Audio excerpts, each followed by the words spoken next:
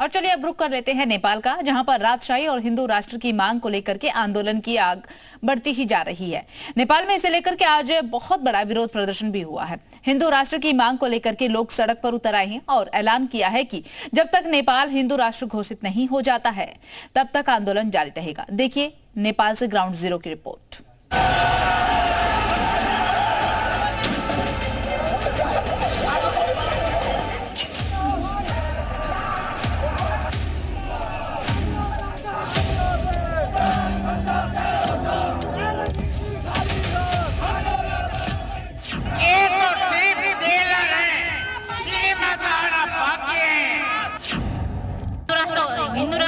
अधिराज्य चाहते हो र संघीयता खारिज गर्ने चाहते हो।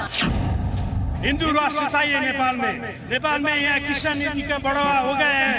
नेपाल के लिए, भारत के लिए ये बहुत डेंजर इलाका हो गया है। हमारे देश में अभी जो है गणतंत्र बोलता है लेकिन लूटतंत्र चल रहा है अभी। जब तक नेपाल में राष्ट्र संस्था और हिंदू राष्ट्र स्थापना नहीं होगा हमारा आंदोलन जारी होगा। हिंदू राष्ट्र की क्रांति, लोकतंत्र पर राजशाही भारी, करप्शन फ्री सरकार की मांग, नेपाल में नए आंदोलन की आग, हिंदू राष्ट्र की यलगार, नेपाल में सेकेंड चैप्टर स्टार्ट।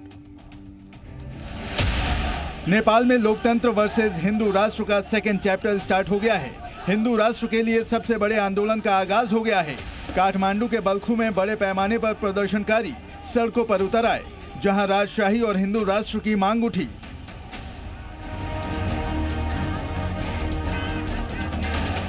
वो देखिए सामने भी आपको भीड़ आती नजर आएगी। चारों तरफ आपको लोग दिखाई देंगे जो आप जो है यहाँ जहाँ स्थान रखा था सभा का वहाँ पहुँच गए हैं। हर तरफ से लोग आ रहे हैं और एक ही मांग है कि यहाँ पर जो है हिंदू राष्ट्र बने। नेपाल में ये मार्च राष्ट्रीय प्रजातंत्र पार्टी के नेतृत्व में काठमांडू के बाल्खू इलाके में निकाला गया था, लेकिन इस बार काठमांडू की सड़कों पर सुरक्षा के बेहद सख्त इंतजाम किए गए थे। तस्वीरें हम दिखा रहे हैं, हम पुलिस की भी तस्वीरें आपको दिखा देते हैं। बार बार हम एक तस्वीर की तरफ इशारा कर रहे हैं कि यहाँ पर हर जगह से जो है वो आपको आवाज आ रही है कि यहाँ पर जो है शासन बदलना चाहिए। उसके लिए अगर किसी तरह की कोई वायलेंस होती है तो उसके लिए पुलिस यहाँ तैयार है।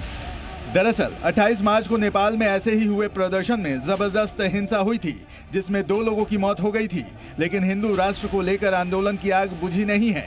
आज प्रदर्शनकारियों ने बाल्खू इलाके में अपनी मांगों को लेकर प्रदर्शन किया। 2008 में नेपाल ने 239 साल पुरानी राजशाही को खत्म कर लोकतांत्रिक गणराज्य की स्थापना की थी, लेकिन पिछले 17 सालों में लगातार राजनीतिक अस्थिरता, भ्रष्टाचार और आर्थिक संकट ने लोगों के सरकार पर भरोसे को हिला दिया है और अब राजशाही की वापसी की मांग जोर पकड़ने लगी है। नेपाल में चल रहे प्रदर्शनों में शामिल प्रदर्शनकारियों की 3 मुख्य मांगे हैं।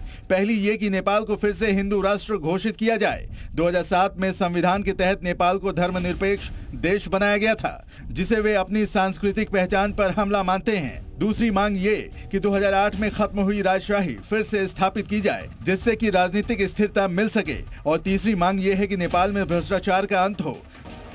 दरअसल राष्ट्रीय प्रजातंत्र पार्टी के नेतृत्व में राजशाही समर्थक मानते हैं कि पूर्व राजा ज्ञानेंद्र देश को स्थिरता और सांस्कृतिक पहचान लौटा सकते हैं। लिहाजा नेपाल की सड़कों पर एक बार फिर आंदोलन की आग जोर पकड़ रही है।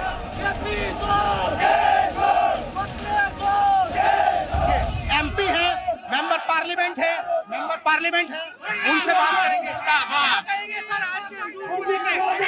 इकट्ठे हो गए हैं, बड़ी तादाद में यहाँ पर लोग हैं। हाँ, एक तो सिर्फ टेलर है, श्रीमती बाकी है। देखिए अपने जो आरपीपी के एमपीस हैं वो भी आना शुरू हो गए हैं। भीड़ जुट रही है लगातार। जो numbers are swelling every hour. जहां एक तरफ प्रदर्शनकारी लगातार आक्रामक होते जा रहे हैं, तो अब सरकार ने भी सख्ती दिखाई है। कई प्रदर्शनकारी नेता गिरफ्तार किए गए हैं। सरकार ने पूर्व राजा ज्ञानेंद्र का पासपोर्ट भी जब्त कर लिया है। उन पर प्रदर्शनों को भड़काने का आरोप लगाया गया है। हिंदू राष्ट्र और राजशाही जब तक स्थापित नहीं होगा ये देश का कभी भला नहीं होगा।